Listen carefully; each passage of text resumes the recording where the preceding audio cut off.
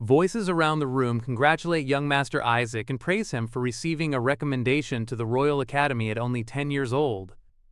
To everyone watching, he is nothing less than a genius. His nanny approaches with a warm smile, still carrying a tray, and offers her congratulations in person. She says that since it is such a joyful occasion, she has prepared all his favorite foods. Isaac answers softly and thanks her. Seated at the table in formal clothes, the young boy is introduced as Isaac von Goethe, age 10. A man named Hans then steps forward with a large gift box wrapped in a bright red ribbon. Isaac looks caught off guard and tells him that he did not need to get him anything. Hans replies that he could not possibly come empty-handed. He explains that when his son was sick, the boy survived because Isaac made sure he received his medicine. Compared to that kindness, Hans says a gift like this is nothing. Isaac's expression eases, and he thanks him sincerely before saying he will accept it gratefully. The mood stays light as a small blonde boy named Jonas steps forward holding a lute and announces that he will play music for the celebration. Hans proudly adds that young Master Jonas is so skilled at the lute that even the court musician praised him as a prodigy. Isaac smiles at that and tells him to let them hear it. Jonas beams with excitement, closes his eyes, and begins to play. His small hands move across the strings with easy confidence as the room settles into the performance. Then, the peaceful scene shatters in an instant. The bright celebration drops into darkness, and Isaac suddenly cries out for Jonas in sheer panic. He bolts upright in bed, eyes wide, sweat running down his face as the nightmare breaks apart around him. The room is dark and bare, and his breathing comes in short, uneven gasps. Still shaken, he stares ahead and realizes it was only a dream. A tear slips down his cheek as he lets out a weak breath. He calls himself foolish, but the pain on his face does not fade. Beyond him, the castle grounds lie silent and cold under the blue darkness. Over that frozen scene, one final thought remains clear. He can never go back to those days. In the darkness before dawn, footsteps echo down the stone floor and stop at Isaac's door. Lucas pushes the door open and steps inside with a lantern in one hand and a tray of food in the other. He greets him gently and says it is morning, young Master Isaac. But as soon as he enters, his expression shifts. Isaac is sitting on the edge of the bed, pale and drained, with the weight of the nightmare still hanging over him. Lucas asks if he had a nightmare. Isaac looks up at him and quietly calls his name. With one hand pressed to his forehead, he says he just had a dream about the past. Lucas asks how far back it was. Isaac answers that it was about 20 years ago. Lucas sets the tray down and, with an easy smile, says that is quite a long time ago. He tries to pull Isaac away from those dusty old memories and offers him fresh cheese instead. Then he reminds him that once he finishes eating, they still have to make up for the swordsmanship training he missed yesterday. He leaves him with a final wish to enjoy the meal, but Isaac's troubled stare does not soften. More than 20 years earlier, when he was 10 and only a month away from entering the Royal Academy, a sudden flu struck him. The sickness dragged on for 3 full months. Even when it showed no sign of getting better, Count Goethe refused to stop searching for an answer and summoned a scholar from the magic tower. In a grand room washed with cold daylight, the scholar hears the situation and repeats the diagnosis in a single question: a peculiar constitution. He explains that every living creature is born with its own vessel for mana. Normally, mana moves at a speed suited to the size of that vessel. But Isaac's case is different. As the boy lies sweating in bed, teeth clenched and body strained beneath the blankets, the scholar states that his mana circulation is abnormal. It is far too fast and far too volatile. The warning strikes with crushing weight. The Count folds forward in his chair, clutching his head while shattered porcelain scatters across the floor beside him. Then the conclusion falls without mercy. At this rate, Isaac's vessel will not endure. It will shatter entirely. And with those words, the truth he had tried to ignore finally stands before him. The mana inside his body bursts loose like a dam finally giving way. Blue currents explode from the boy curled on the bed and whip across the room in all directions. The surge collides with the mana outside him and detonates into a full mana explosion. Isaac's face twists in terror as he screams through tears. The blast tears through the chamber, throwing bodies and furniture apart in a single violent wave. After that, many people are killed and many more are injured. The eruptions fade for a while, only to return again without warning. Every lull is brief, and every new explosion leaves the entire manor living in fear. Then, at last, one of those eruptions tears apart his younger brother's right hand. Blood stains the floor beside a shattered lute as Isaac drops to his knees, stunned by what happened. That is the moment Isaac finally breaks. Through tears, he begs to be locked away. He asks to be shut up somewhere no one can visit so no one else will get hurt because of him. His father can do nothing but stare at him in shock. The memory falls away, and the scene returns to the quiet room where Isaac now lives alone. Seated at the table with bread in hand, he wonders if he was 15 back then. Then a sudden cough cuts through the silence. Isaac turns immediately and calls Lucas's name. Lucas stands by the doorway with one hand over his mouth, trying to hide it. But blood spills across his fingers. Isaac's eyes sharpen at once as he realizes Lucas is coughing blood. He recognizes it immediately as a symptom of mana poisoning from staying by his side too long. Isaac moves to support him and scolds him for lingering around for no reason. He tells Lucas he needs to rest for at least a month. Lucas only lets out a weak laugh and asks who would look after young Master if he were gone. Even while wiping the blood from his mouth, he keeps teasing and says Isaac does not even have any friends. Isaac fires back and asks if Lucas wants to be thrown out for insulting him. Lucas tells him not to worry and reminds him who he is. With an easy smile, he points out that Isaac has caused dozens of explosions, yet he has not even lost a single hair. Isaac faces him with a hard, steady stare. Then he answers that it only takes a single moment to lose everything. Isaac coldly tells Lucas to leave because he is about to meditate and does not want to be interrupted. Lucas stands there with the cloth still draped over his shoulder and answers with a calm smile. He says yes, young master, and then quietly adds that serving him all this time has been a pleasure. The moment he is gone, the room falls into a heavy silence around the closed wooden door. Then a familiar congratulatory voice cuts through the darkness. Isaac's eyes snap open wide as the sound drags him back to that celebration. In an instant, he is seated once again at the long banquet table in his formal clothes, exactly where the nightmare began. But this time the feast is no celebration. Black shadows crawl over the scene like twisted branches, and ragged laughter spreads through the room from every direction. A red voice calls out that he has finally arrived. Isaac jerks his head around, and the scene reveals blood on the floor with a body collapsed in the background. His expression hardens with shock as another red voice welcomes Lucas back. At the far end of the ruined table, a lone figure stands waiting. The man's clothes are stained dark, his hair hangs over his face, and blood covers part of his cheek as he smiles. He greets Isaac and says it has been a while, young master. The sight hits Isaac so hard that his whole body recoils. His breath catches, his eyes tremble, and one terrible truth rises to the surface. Lucas died. After leaving that day while coughing up blood, Isaac never saw him again.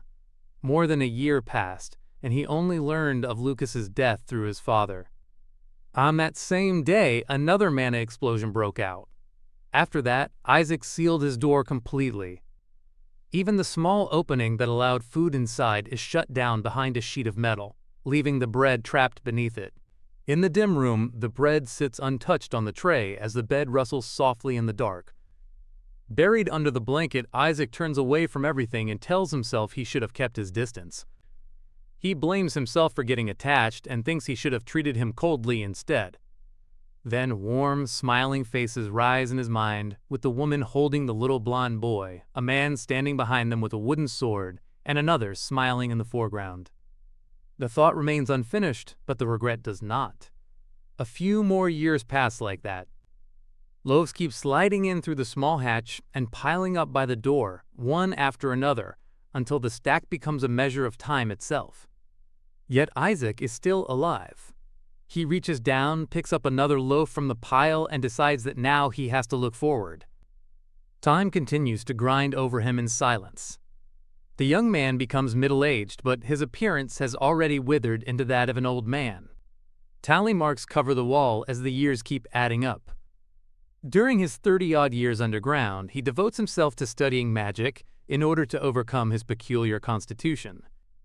His desk fills with books, ink, papers, and endless notes. Eventually, there is nothing left for him to learn from texts. All that remains is intuition and inspiration. So he sits cross-legged on the bed and enters meditation. In that stillness, words come to him and address the one beginning the journey. They tell him he is utterly solitary and ask whether he can stand alone before infinity. They show him a lonely world where only he and mana exist. Then they urge him to awaken to his true self. A few more years pass, and at last he finds a clue to overcoming his constitution. The hatch opens once more, and another rough loaf drops onto the tray. Now wrapped in a dark cloak and looking even older, Isaac lifts the bread and notices the mold spreading across it. As he peels it off before eating, he wonders whether some problem has arisen within the family. The research materials are still coming in, but something feels different. On the desk nearby, a paper marked with a magic circle lies beside blue crystals and carving tools. At that moment, his eye sharpens, as if something has finally caught his attention. After staring at the tally marks on the wall, Isaac wonders if he has already reached 71. Then a sudden sound from the door breaks the silence. A voice from outside calls him brother. The old man lifts his head sharply toward the wooden door, caught off guard. The visitor identifies himself as Jonas and asks if he is sleeping. Isaac repeats the name under his breath, still stunned to hear it after so long. He pushes himself up and walks toward the door, then asks why Jonas has come. From the other side, Jonas asks if he may come in. Isaac's hand tightens at once, and he refuses, telling him to speak from out there. So the two of them settle on opposite sides of the door, sitting with the wood between them. Jonas asks how he has been. Isaac answers that it is a long story. Then Jonas quietly tells him that today is the anniversary of their father's death. The words sink in, and Isaac asks how their father passed away. Jonas says that is a long story too, and asks whether Isaac wants to hear it if he does not mind. When the answer comes, Jonas says he should begin with what happened over 30 years ago. He starts with the succession war between the first and second princes. As Jonas keeps talking, Isaac listens so intently that time slips past without him noticing. By the time the story pauses, he is kneeling by the door, completely absorbed. At last, Isaac admits one thing. He says Jonas truly has a talent for storytelling. He even confesses that he lost all track of time. Jonas lets out a dry laugh from the other side of the door and says that if he had known, he might have wandered the world and lived as a poet, but it would have been difficult with only one hand. Isaac lowers his gaze and says that he is sorry. Inside the room, Isaac sits still with his hands clasped tightly together, waiting in the darkness. Then Jonas speaks again, slowly and heavily, and says that father, mother, and he himself had all resented Isaac deeply. The confession hits Isaac at once, and his face tightens in shock. But after that harsh truth, Jonas continues in a softer voice and says they had missed him just as much. The bitterness gives way to something warmer as he admits that they had truly loved him. Still seated outside the door, Jonas says it is a shame because he had only wanted to see Isaac's face one last time. Isaac snaps toward the door, alarm rising as he asked last time. Jonas keeps speaking and says that while the war was still raging, a gate opened. He says monsters from another world poured through, creatures no one had ever seen before. As he goes on about the atrocities committed by the radical faction of the new religion, his body wavers outside the door. Isaac immediately senses something is wrong and calls out to him in alarm. Jonas sinks lower and tells Isaac that now at least he can live out the rest of his life in peace. Isaac's eyes narrowed with dread, and can only murmur that if only he had come a little sooner. A dark pool of blood spreads beneath the door as Jonas's fading voice says that if he had come a little sooner. Isaac moves at once and pulls the heavy door open. The doorway reveals Jonas collapsed in blood, a sword driven straight through his body. Isaac stares at the wound in silence for a brief, stunned moment. Then he murmurs that it is a miracle Jonas managed to speak for so long. He drops to his knees beside him and says they have to go. You cannot just lie here forever. Isaac hooks an arm around his brother and drags him upright, forcing the lifeless weight against his shoulder. Step by step, he carries Jonas out of the room and up the narrow stone stairs. Tears run down Isaac's face as he asks why Jonas is so light and how long he had been starving. At the top, the doors open into a blinding white light. Cold winter air rushes over them as Isaac pushes forward, his breath trembling in the snow. Beyond the exit, the manor lies in ruins, with broken columns, shattered walls, scattered weapons, and the huge body of a fallen beast sprawled across the courtyard. Isaac crosses that devastated ground with Jonas on his shoulder and quietly says that it is snowing. He looks at the frozen earth and says that in winter the ground is too hard to bury him. He says he will wait until spring. Then he will bury Jonas in the family plot. And after that, he too will rest. Time passes from bare winter branches to the first small signs of spring. In the quiet graveyard, Isaac stands before the fresh burial in silence. At his side, his hand hangs low, tightly holding the blue crystal that glints in the light. Isaac slowly opens his hand beside the grave. A fierce flame bursts upward from his palm and climbs high above him. He raises it toward the sky and asks Jonas if he saw that. With his eyes locked on the fire, he says that finally he has reached it. After long years of research, he says he has overcome his peculiar constitution. The blue crystals press into his other hand as he quietly asks if he can rest now too. Then his posture breaks, and he folds down toward the grave. He lowers himself onto the grass and asks if he can be forgiven, even just a little. His thoughts turn back to the ruined estate, and he wonders if anything would have changed if he had only hurried sooner. He wonders again if things might have been different if he had not surrendered so much time to despair. The question lingers over the wreckage with no answer. At last, Isaac sinks fully onto the grass beside the grave, his face turned upward as the soft light drifts over him. A servant's voice gently asks the young master if he had a nightmare. The sound strikes him at once, and for a moment he thinks it is Hans. Then the thought turns sharp, because Hans had already passed away long ago. He jolts awake in bed, breathing hard, his blue eyes wide, and a bead of sweat still clinging to his face. Morning light spills through the tall window as Hans turns back and tells him he is drenched in cold sweat and looks pale, asking if he did not sleep well. From the bed, he stares around the bright room in disbelief and wonders if this is a dream, or his life flashing before his eyes before he dies. He moves suddenly, and Hans calls out in surprise as he rushes across the room. He reaches the window and presses both hands against the glass. Outside, Hans warns young Master Jonas that it is dangerous and tells him to come down. A voice answers back that he is fine. Beyond the branches, a blond child appears, with a toy soldier raised in one hand, smiling brightly as he calls for Big Brother. At the sight of him, the name slips out of Isaac's mouth. Jonas. The child throws both arms up happily, carefree in the sunlight, still ignoring the warning. Behind the window, Isaac's tense face softens into a faint, unsteady smile. Then the truth settles over him. This is not a dream.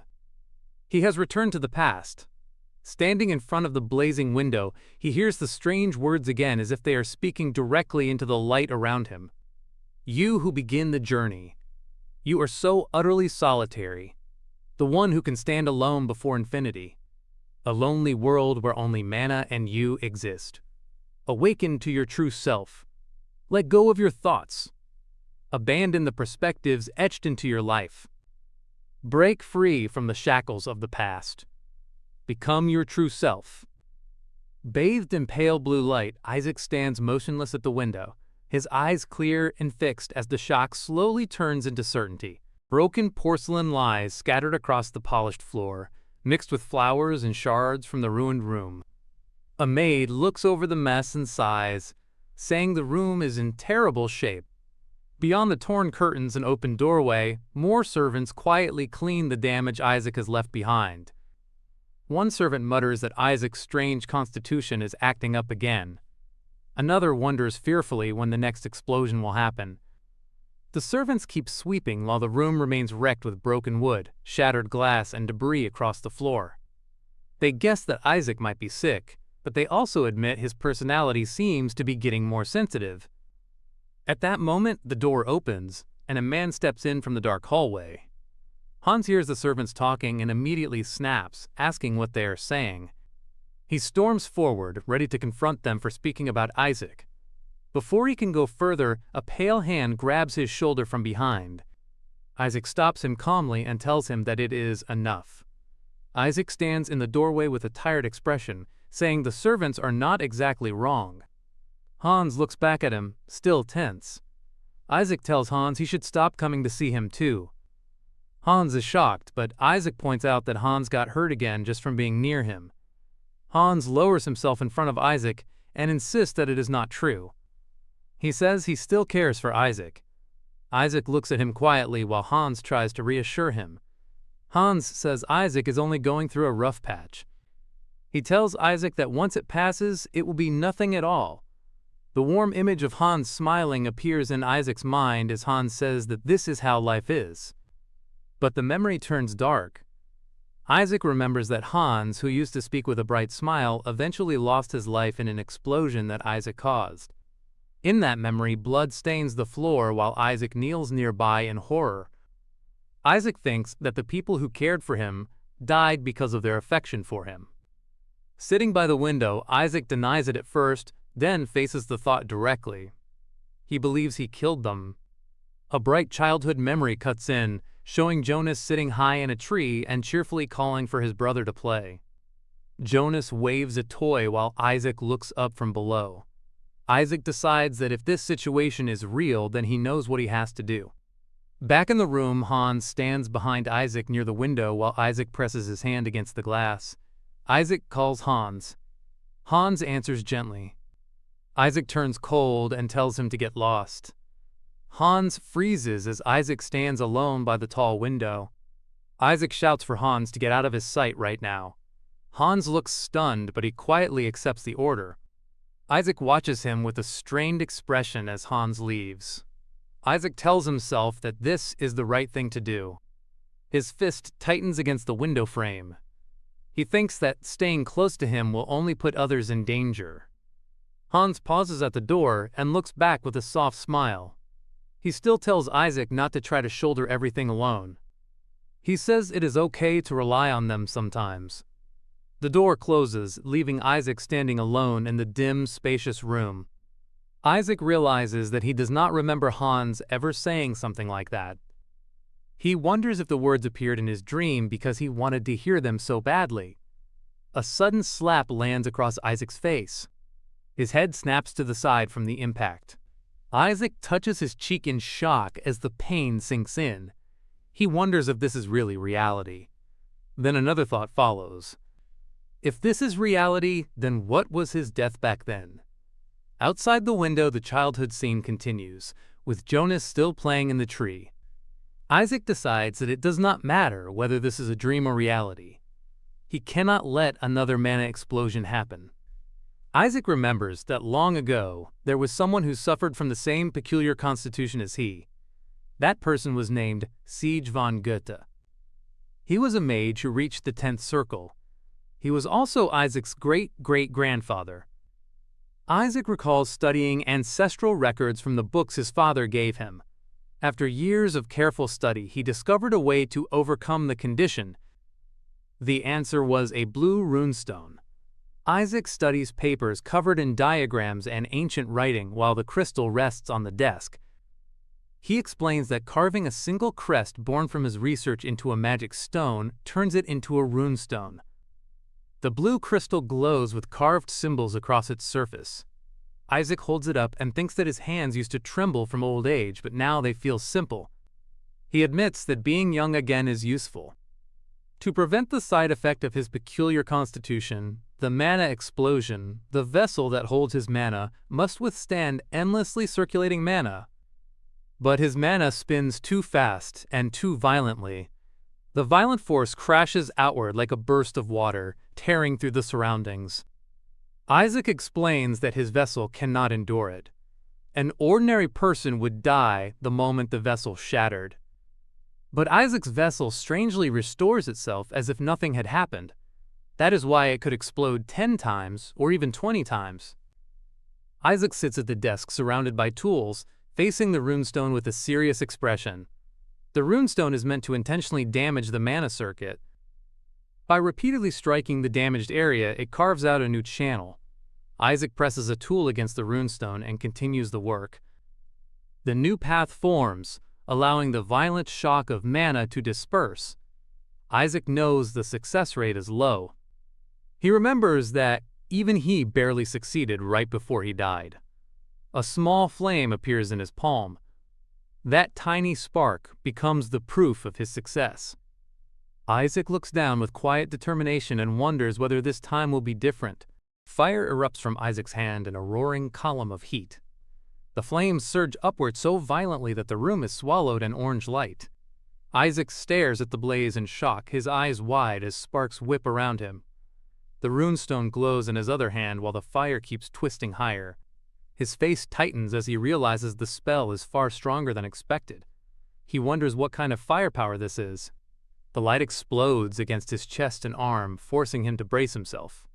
A dark circle forms in the air, glowing with a blue rim. Blue mana rushes through it like a curved stream. The magic flows across Isaac's body, revealing bright channels beneath his skin. A glowing core shines at his chest as the mana spreads through him. Isaac looks stunned as the blue light outlines his body in the darkness. His eyes reflect the golden flames still burning in front of him. He grips the blue runestone tightly while fire churns around his hand. A small flame curls above his palm. Then the flame swells, spinning forward with far more force. Isaac realizes the result immediately. The channels have increased to 3. The flames roar in front of him as he raises both hands, one holding the runestone and the other facing the fire. The 3 channels are different in size and property. That means he can manifest 3 spells at once. Isaac looks up in disbelief as the warm glow of the room settles around him. He cannot believe the method worked. But then he stops himself. He looks at the flame in his fist and realizes this is not his real goal. His goal is to stop the explosions from happening. He stands alone in the room, surrounded by papers, tools, and books laid across the desk by the tall windows. To do that, 3 channels are not enough.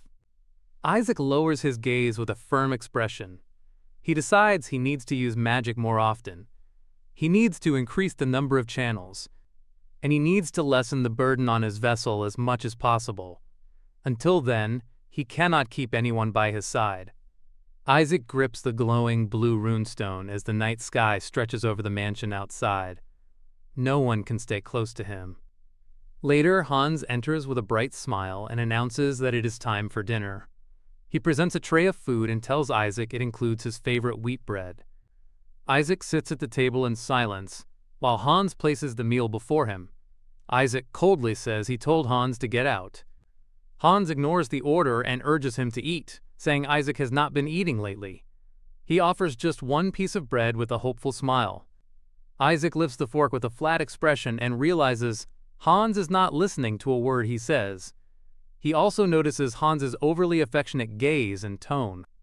Hans smiles warmly and says he will just watch Isaac eat, then leave. Isaac finally asks Hans how old he is again. The fireplace crackles beside them as Hans answers that Isaac turned 12 this year. Isaac thinks this is the age when he can act like a spoiled child. He quietly bites into the bread. He holds the fork in front of him and asks if the bread was made by his nanny. The taste brings him to a still pause, and he thinks it has been a while since he tasted it. Hans stands nearby with his hands behind his back, smiling gently. Isaac says he does not see his nanny today. Hans explains that her son Hinder has pneumonia. Isaac pauses with a spoon near his mouth.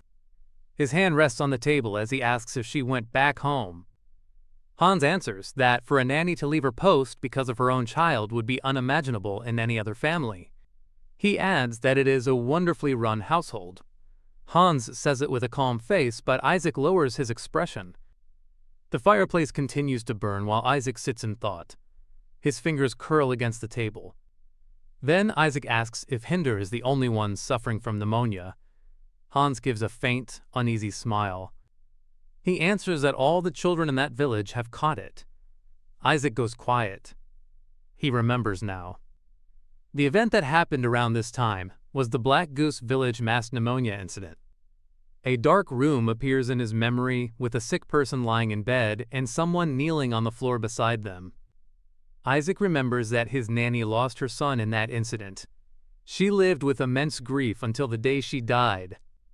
Another memory surfaces, showing the nanny lying amid ruins and blood, saying she is glad that she is the one leaving first this time. Isaac remembers standing beside her fallen body in a shattered room. He does not want her to go through that again.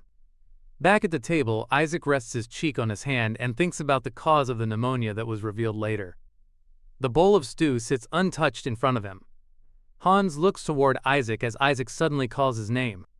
Isaac leans forward, serious now, and asks what kind of monster was recently subjugated there. Under the moonlit sky, Black Goose Village lies quiet beneath scattered stars. Deep in the forest, a deer stands still in the snow between the dark trees. The deer suddenly lifts its head in alarm. A blazing fireball tears through the night and rushes straight toward it.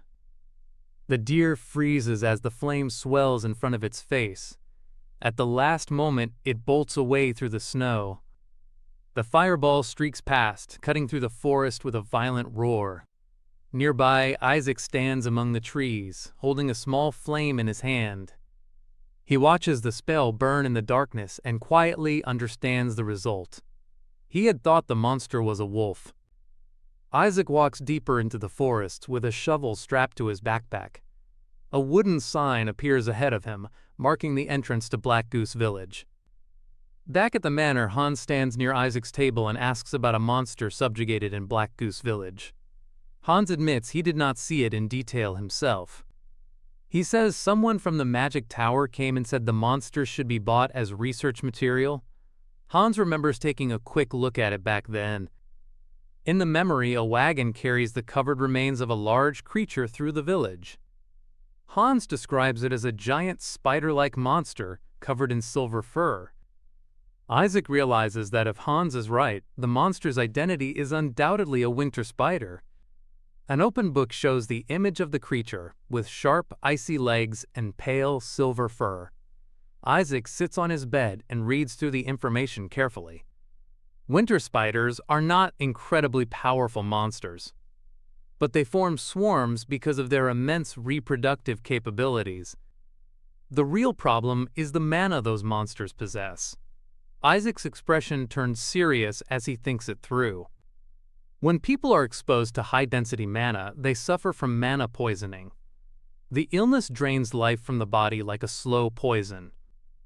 In the forest, Isaac kneels beside a pot under a warm light and prepares herbs. He understands that the children of Black Goose Village must also be suffering from mana poisoning emitted by the winter spiders. He gathers a bundle of small white-flowered herbs and places them into the pot. Then he crouches beside his supplies, covering his mouth as he thinks. Because this era still lacks knowledge about mana poisoning, they probably mistake it for pneumonia. Isaac looks back with a calm but focused expression. He decides that this much herb should be enough. If he feeds it to the children, their symptoms should be alleviated. The pot is filled with herbs, packed together under the nightlight. But Isaac knows the effect will only be temporary. To fully cure them, the winter spiders must be completely subjugated. He considers asking his parents for help, but his father is usually at the frontier fortress.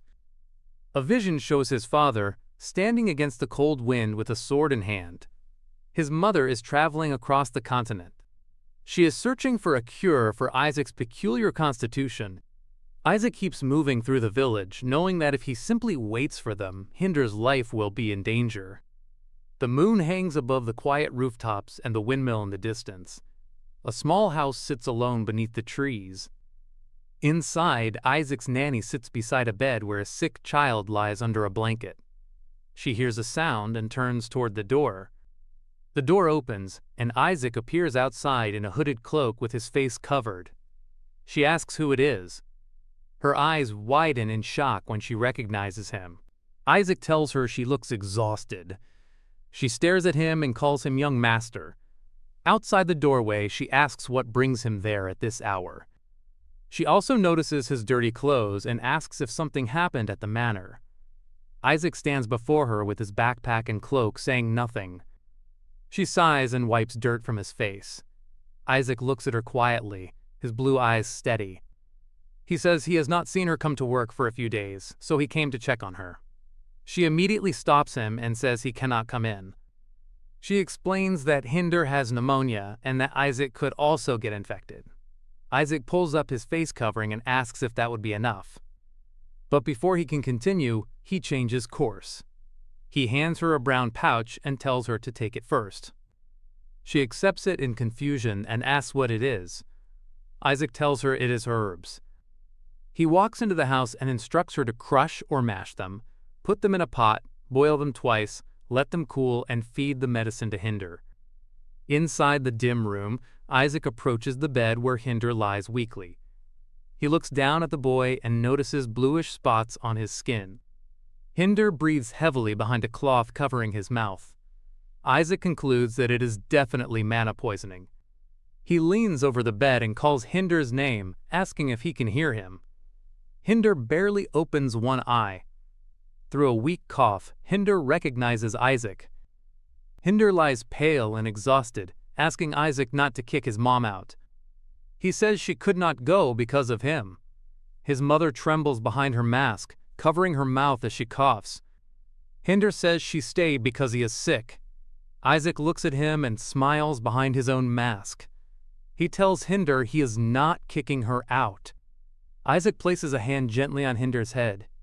He says Hinder's mother is the only one who looks after his meals. He tells Hinder to worry about himself instead.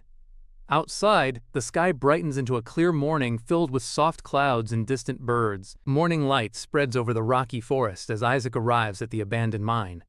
The entrance is hidden beneath vines at the base of a cliff, with crystals glinting near the opening. A guide holds up a lantern and tells Isaac this is the abandoned mine he was looking for. Isaac shields his eyes from the light and asks if the man is sure it is a limestone cave. The guide confirms it. Isaac thanks him and says he will take it from there. The guide hands over the lantern but warns Isaac to be careful. He says people have gone missing around this place from time to time. Isaac accepts the warning and walks toward the cave alone. He thinks that winter spiders prefer limestone caves. Since this is the only limestone cave in the area, it has the highest chance of being their habitat. Before going in, Isaac decides to prepare. A bright flame sparks in his gloved palm. He raises another flame in his other hand and stands firm beneath the open sky. Last time, he opened a new path in his mana circuit and became able to manifest 3 spells at once. The power was similar to second circle magic. But Isaac knows there is a limit. If he uses it excessively, his vessel might break. He does not know how many winter spiders are inside, so he cannot throw magic around recklessly. That is why he needs something else. At his feet, a small plant with dark blue berries catches his attention. It is frost belladonna. Isaac crouches in front of the plant and checks it against a small book. The plant looks exactly as described. Usually its berries are diluted and used for paralysis or anesthesia. But to winter spiders, it is a deadly poison. Isaac grips the leaves and berries carefully. He finds it strange that the plant lives in the same habitat as its own lethal poison. The sky brightens above the forest as he finishes gathering the plant. A pouch now holds the blueberries and leaves. Isaac notices his fingers trembling slightly from the potency. He thinks he should have at least brought better-suited gloves for handling it. With the preparation done, Isaac grips his bag and steps into the cave. He has already made enough runestones at the manor, so he moves forward without delay. The mine entrance opens into a dim stone passage lit by his floating flame. Isaac walks down the uneven path, his boots tapping against the rock. He raises the light and scans the walls. White strands stretch across the stone like thick threads. Isaac thinks that dying in a place like this would be totally meaningless. He keeps walking, certain the spiders are somewhere below. What he needs is a way down. Then he spots a wooden ladder lying near the edge of a drop. Thick ropes hang from it into the darkness. Isaac looks uneasy, but he reaches out and grabs the rope. He lowers the ladder and begins climbing down the shaft. His boots step from rung to rung as the light follows beside him. At the bottom, he lands on the ground with a quiet step. The climb leaves him tired, and he covers his mouth while catching his breath. Sweat runs down his face, but he looks ahead with focus. Inside the deeper cave, bones and old remains lie scattered around the ground. Isaac realizes he has found the right place. The corpses are piled up like dried mummies. Their bodies look drained, as if every drop of fluid has been sucked out. Isaac kneels beside the remains and lifts a bone in both hands. He recognizes it as a person's collarbone. He wonders if this is the missing hunter the guide mentioned. Then a sharp sound echoes through the cave. Isaac freezes, his eyes narrowing. More rapid tapping follows from the darkness. He crouches low and pulls his flame close. The clicking grows louder around him. Isaac raises his hand and shapes the fire. Several flames burst to life around the cave, lighting the bones, crystals, and stone walls. A winter spider lunges from the shadows toward him. Isaac launches a fireball first. The blast streaks across the cave and slams into the spider before it can reach him. The creature recoils from the flames. Isaac knows they are afraid of fire, so they will not be able to approach for a while. He sends more fire swirling around him, forming a burning barrier through the chamber. The winter spiders gather at the edge of the light, their red eyes glowing between silver fur and jagged icy legs. Isaac stands in the center of the cave, calm behind his face, covering. He decides to prepare before they come swarming in. He pulls up his mask and places the bag of frost belladonna nearby. Then he kneels and sets the plants in front of him. He points at the pouch. Fire erupts inside it, consuming the leaves and berries in a sudden burst. The burning frost belladonna releases a pale green smoke. The smoke coils upward from the bag and spreads through the cave. It winds between the bones and drifts toward the waiting spiders. The winter spiders creep closer through the haze, their red eyes fixed on Isaac. Isaac sits in the middle of the cave with a flame burning before him. Now then, he prepares himself. The hunt begins. Isaac looks straight ahead, blue eyes sharp above the cloth covering his. The winter spiders crawl through the smoke, their red eyes glowing in the dim cave. Isaac sees that the frost belladonna worked well. The burning herbs release smoke because the poison cannot be fed directly to the spiders. That smoke slowly paralyzes them before suffocating them. Isaac knows he is not immune either. That is why he wrapped a wet handkerchief around his face to block the air first. Then he purifies the toxins through his mana. Blue light glows around him as the purification runs through his body. At the same time, he generates a fireball. He condenses the fire. Then he alters its phase to set up a perimeter. 3 spells move at once through separate mana circuits. Fireballs circle the cave floor, while the green smoke spreads through the chamber. Isaac raises one finger, calmly controlling the flames around him. Thanks to that, he buys enough time until the spiders weaken. He flicks his hand and sends the fire forward. He says farewell as the flames strike.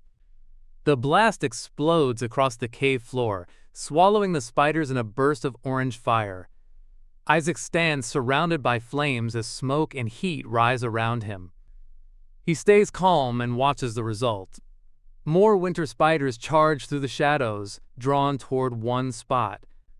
Isaac notices their movement and realizes they are all rushing in the same direction. He smiles slightly, sensing something beyond the fire. He thinks there must be water over there. Flames burn around his boots as he walks toward the source. The fire is burning well, but the smoke keeps thickening. Isaac knows he will suffocate if this continues. The heat presses against him, and he decides he has to finish quickly. He runs through the cave as embers scatter around his cloak. Soon the passage opens into a freezing cavern filled with water and ice. Isaac steps deeper into the cave, his small fire floating beside him as he crosses a frozen sheet of water. The cold is stronger than he expected. Isaac folds his arms tight and shivers, realizing he should not have ditched his coat. His breath and body tremble in the freezing air while the fire flickers warmly beside him. He looks down and sees the ground is frozen solid. Even the puddles have turned to ice beneath his boots. Isaac pauses, then looks up as something catches his attention. The ceiling above him is covered in countless hanging sacks. They cluster together like heavy droplets, packed across the stone roof and dripping with pale strands. Isaac stares up at them and realizes they look like eggs. The sight makes him tense.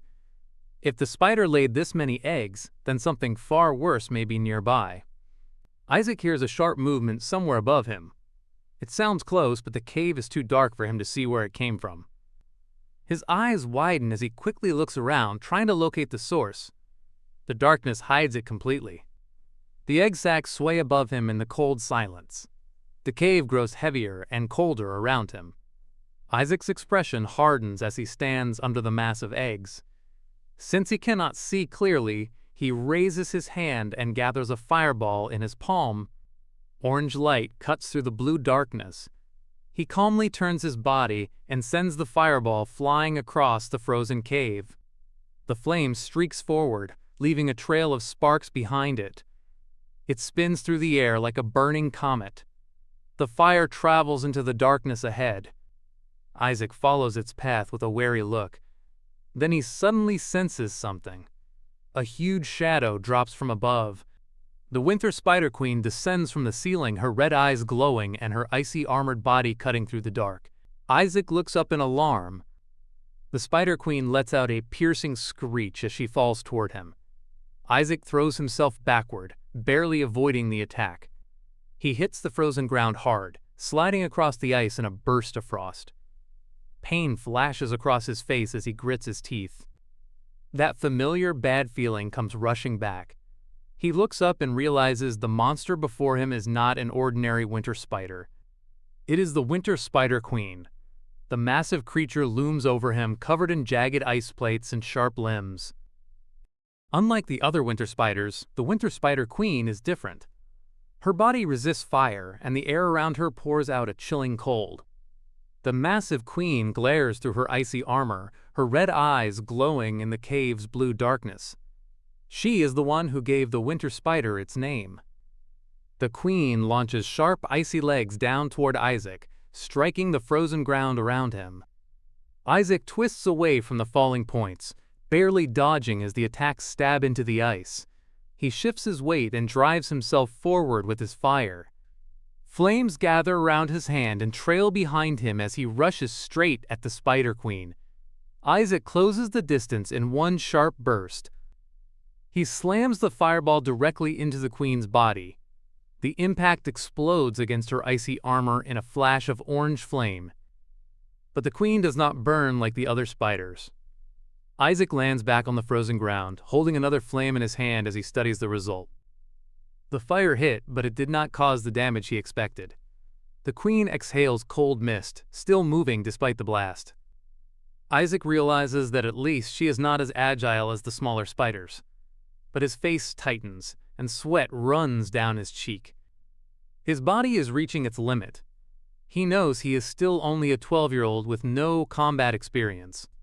After staying up all night and casting magic, the strain is catching up to him.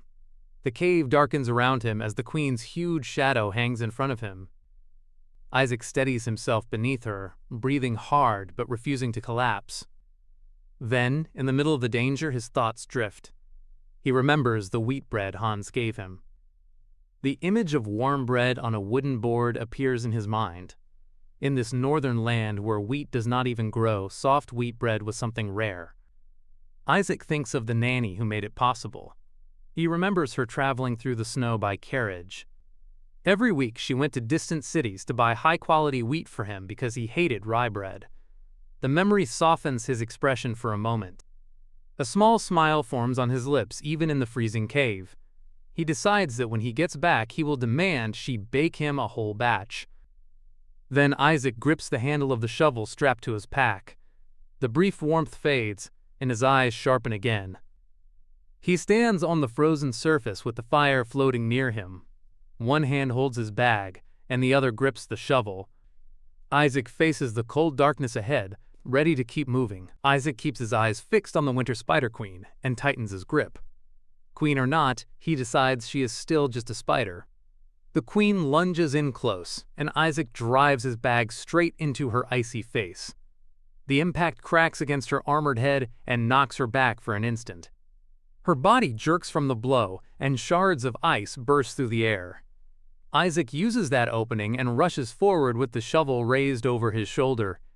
His eyes sharpen as he runs through the falling ice. Isaac closes the distance and swings with everything he has.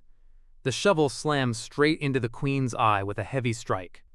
As the queen thrashes and moves in pain, Isaac jumps in closer and drives the shovel even deeper. The queen reels from the impact, her body twisting violently. Isaac lets go of the shovel and slides underneath her massive body. While the queen keeps thrashing, Isaac reaches out and grabs onto one of her legs. The movement is rough and unstable, but he refuses to let go. Isaac grits his teeth and holds on with all his strength. He knows he has no room for failure. He also knows he does not even have enough mana to fire another normal fireball. Even if he manages to hit her, he doubts it will do critical damage against a fire-resistant monster. So he changes his plan. A flame gathers in his palm. He decides to abandon long-range attacks. This fireball feels different from the ones before. Instead of simply throwing it, he starts shaping it. The flame swells, then tightens. He condenses it, pulling the fire inward. Then he condenses it again. The fire shifts from orange into a bright, compressed blue. Isaac bares his teeth and forces out just a little more power. The blue flame grows fierce in his hand. He drives it forward and launches it straight at the Winter Spider Queen. The compressed fire crashes into the queen's body with a violent blast. Blue flames engulf her icy armor and explode across her shell. For a moment, the queen is swallowed in roaring blue fire. Blue fire surges over Isaac's arm as the Winter Spider Queen thrashes violently. Isaac grits his teeth and tries to pull his arm free, but the shaking is too strong. His hand finally slips loose. He falls backward through the icy air, his body dropping away from the queen. The queen crashes against the ice, engulfed in cold blue fire.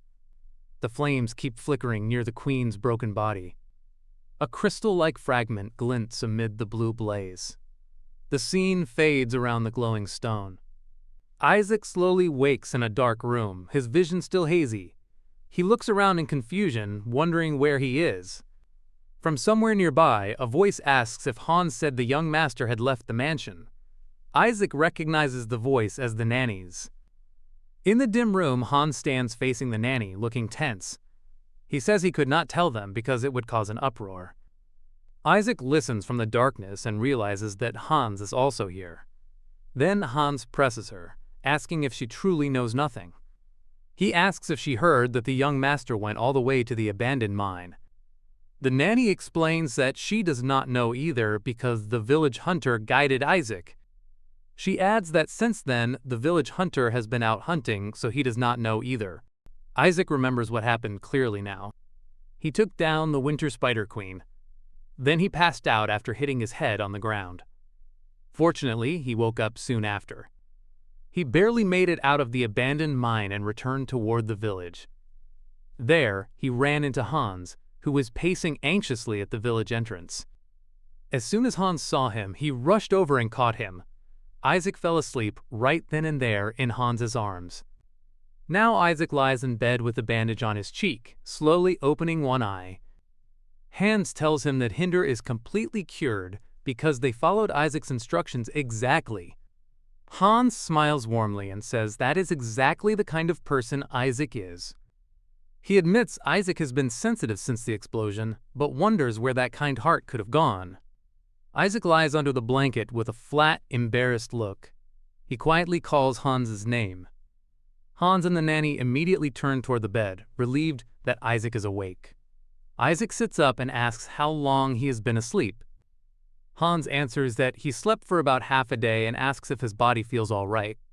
Isaac says he is fine and can manage. The nanny reacts sharply, asking what he means by manage.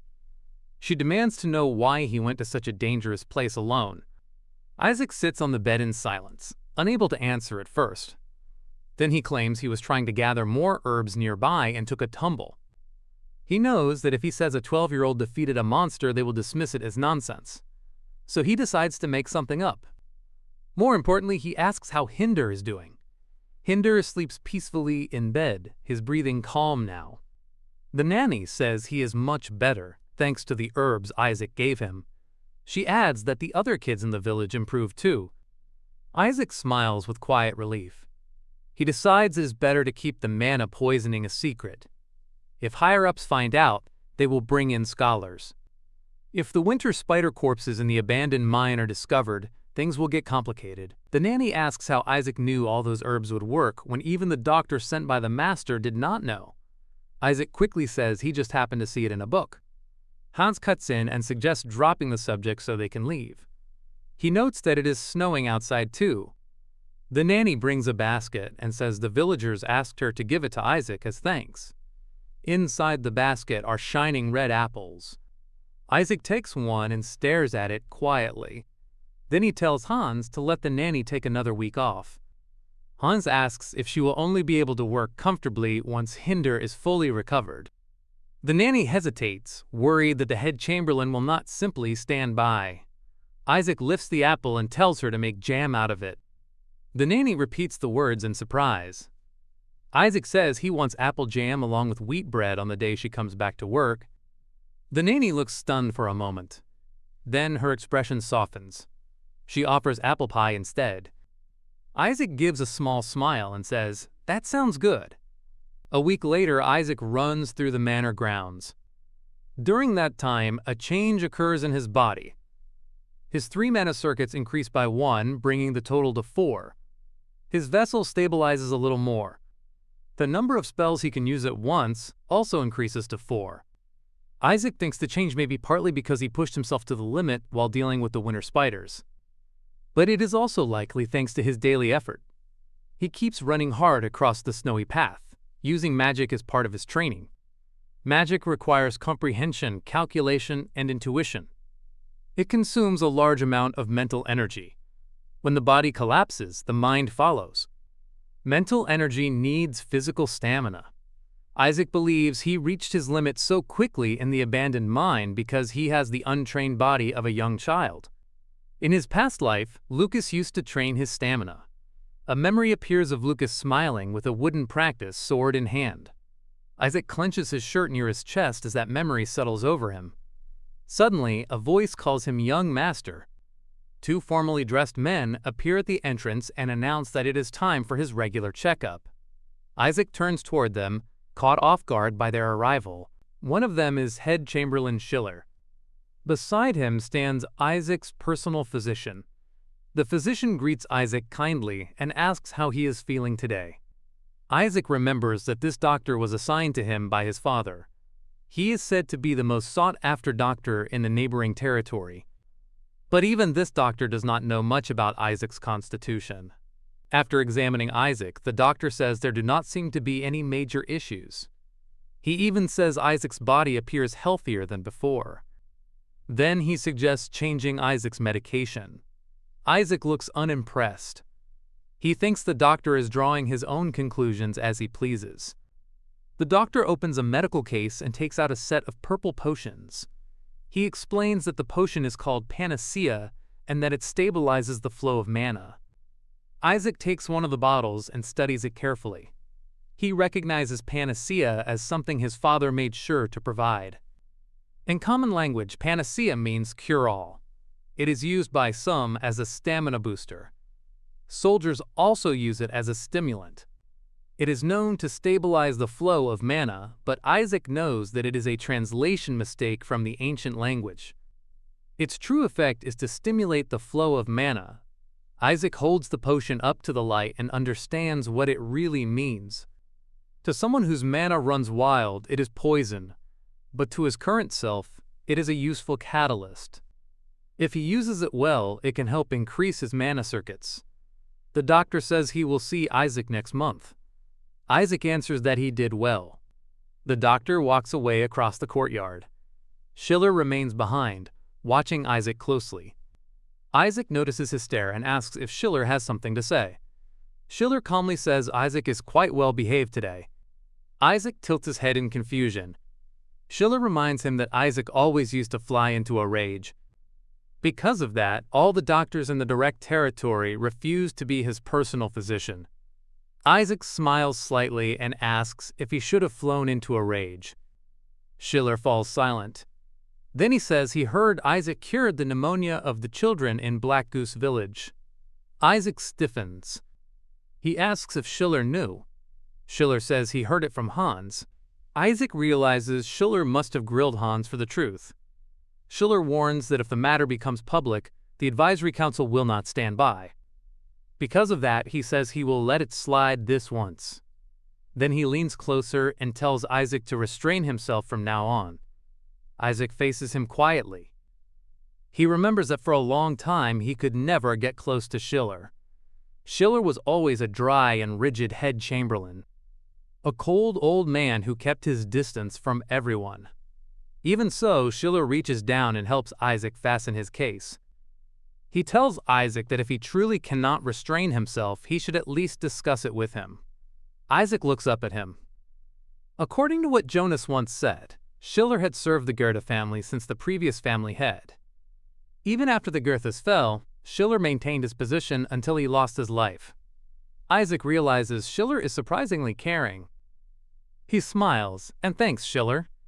Schiller brings up that he has seen Isaac running every day recently. Schiller asks if there is a reason for Isaac's sudden daily training. Isaac stays silent for a moment, his blue eyes shifting slightly as he thinks. He says that every mage who historically reached the 5th circle or higher trained their body without exception. He continues that a strong image forms of himself standing with mana blooming around him. Isaac reasons that if a body is meant to bloom with mana, then keeping it trained should match that process. Schiller's eyes narrow behind his glasses as he listens and watches Isaac closely. The scene shifts into a quiet report, where Schiller's hand moves across a page covered in neat writing. The report says the eldest young master completely cured the pneumonia of the children in Black Goose Village. It says the verification process has been fully completed. Schiller writes that, because of Isaac's constitution, it will likely remain difficult for him to use magic in the future. Even so, he cautiously believes Isaac may have a bright path as a scholar or alchemist. Schiller pauses over the report and thinks this will allow His Excellency to breathe a sigh of relief. A knock sounds at the door. Schiller tells the visitor to come in. A red-haired maid, Rosa, opens the door and nervously asks to enter. Schiller recognizes her and asks if it is her again. Rosa wrings her hands and explains that the maids keep disappearing and not coming back. Aside from Clara, Annette is now missing too. She says Annette is a diligent girl who has not taken a single day off in 3 years. Rosa trembles as she insists something must have happened to her. The scene cuts to Annette lying on the ground in a dark place. Her hands are tied tightly behind her back. The next day, 2 maids sit with Bill standing in front of them, holding a broom. Bill shrugs and says it is not, like Goethe, is the best place to make a living. He says the northern weather is harsh, and bandits or monsters can appear out of nowhere. One maid narrows her eyes and asks if he is saying she will run away next. Bill laughs it off and says he is just saying. The blue-haired maid pushes back, insisting Annette is not the kind of person to vanish without a word. She says Annette worked hard to pay for her father's medicine. Bill smirks and guesses that Annette finally got tired of nursing him. The maids immediately snap at him. Bill continued that Annette might run off with the guy she fell for. Rosa warns Bill to watch his mouth. Bill raises his hands and says it is only a joke. Then he lowers his voice and tells him to hear him out. With a crooked smile, he says he thinks it might be black magic. Bill points out that the Goethes are a magical family. He says the eldest young master is not doing well either. Bill asks whether they would use magic to do whatever it takes if they were the Lord. The blue-haired maid trembles and asks if he is saying the missing girls were sacrificed. Rosa snaps at him and asks what on earth he is talking about. Bill only smiles and asks what they plan to do about it. He says he might be right. Rosa steps forward furiously and says the master is not like that. She says he even took in a criminal like Bill. Bill's smile fades. A shadow falls across the yard as someone approaches from behind. A voice calls the story very interesting. Bill turns back in shock. Isaac stands there in formal clothes, arms crossed and eyes fixed on him. Isaac asks Bill to tell him more in detail. Bill stiffens and begins explaining. He says it started 2 months ago. First, a maid named Alice disappeared. A few weeks later, Clara vanished. And this week, Annette never came back after attending the service. Back in the study, Isaac sits behind his desk while Bill stands in front of him. Isaac asks if Bill has any idea why. His stare is cold enough to make Bill sweat. Bill awkwardly says, "Not really." Isaac tells him he can be honest and promises not to punish him. Bill asks if he really means it. Isaac answers yes. Bill hesitates under Isaac's gaze. Then Isaac asks if it is because of him. Bill chokes on his own reaction. He says to just look at Hans. Hans serves Isaac closer than anyone else, but he is always covered in bruises or injuries. Bill adds that Hans always whines about being in pain. Then he admits that if Isaac asks him, there is no way he will have a peaceful death. Bill quickly realizes he should not have said anything. Isaac quietly calls his name. Bill panics and begs Isaac to spare him. He insists he is not married and has no children. He says the priest always told him life is a gift from God. Isaac asks if Bill does not want to die. Then Isaac leans forward and calmly tells him to do a job instead. Bill freezes, startled by the offer. Night settles over the estate. Blue fire flickers in the darkness. Isaac says the names, Rosa and Annette. The flame grows brighter in front of him.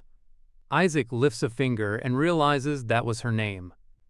He remembers that after Hans and his nanny died, Rosa and Annette were the only maids who volunteered to serve him.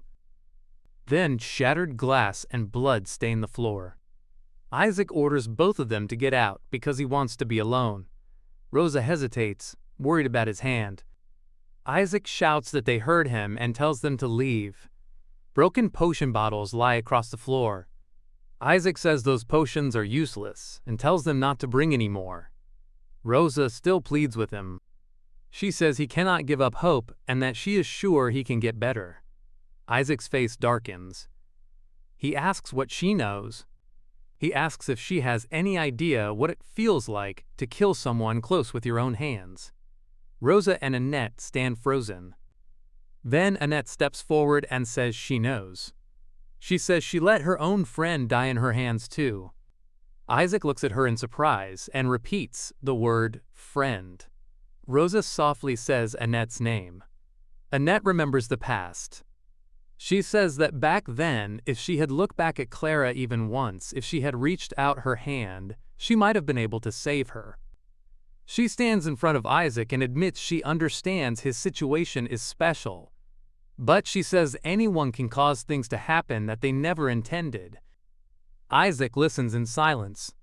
Annette says everyone experiences that at least once in their lives. Her blood-stained hand hangs by her side. Isaac remembers that Annette's pessimism back then brought him a strange sense of comfort. Isaac sits quietly in his room with blue fire burning beside him. He thinks he should have asked Annette more about her story back then. He raises the blue flame in his hand, but before he can settle into his thoughts, a voice calls from outside the door. Bill has come to see him. Isaac lets him in and immediately asks if he has found out where the missing maids went. Bill stands before him in his cloak and says yes. He says it did not take long to figure out. He explains that he asked the beggars near the crossroads. The beggars gather in a dusty doorway, and Bill says their descriptions matched perfectly.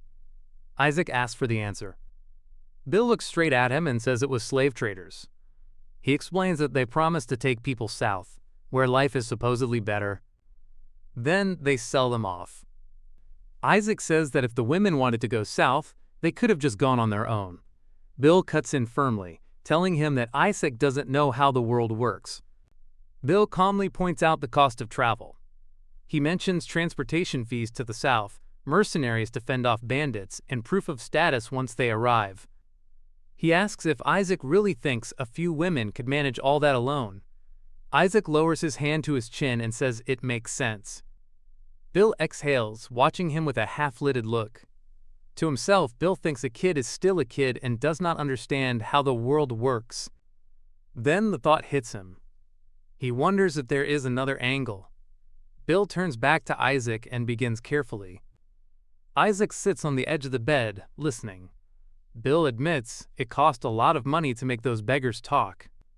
He grins and says he ended up using all the travel funds Isaac gave him. Isaac's eyes sharpen. He asks if Bill spent all 20 silver coins. Bill laughs nervously and says everyone was really on guard. Isaac's expression stays cold. Then he says the money does not matter. All he wants is to find the missing girls as soon as possible. Bill instantly brightens and praises Isaac's generosity. He clasps his hands and asks if there is anything else Isaac needs. A sheet of written notes sits on the table. Isaac says there is. He sits upright and says he will make sure Bill gets a hefty cut this time. Bill immediately agrees.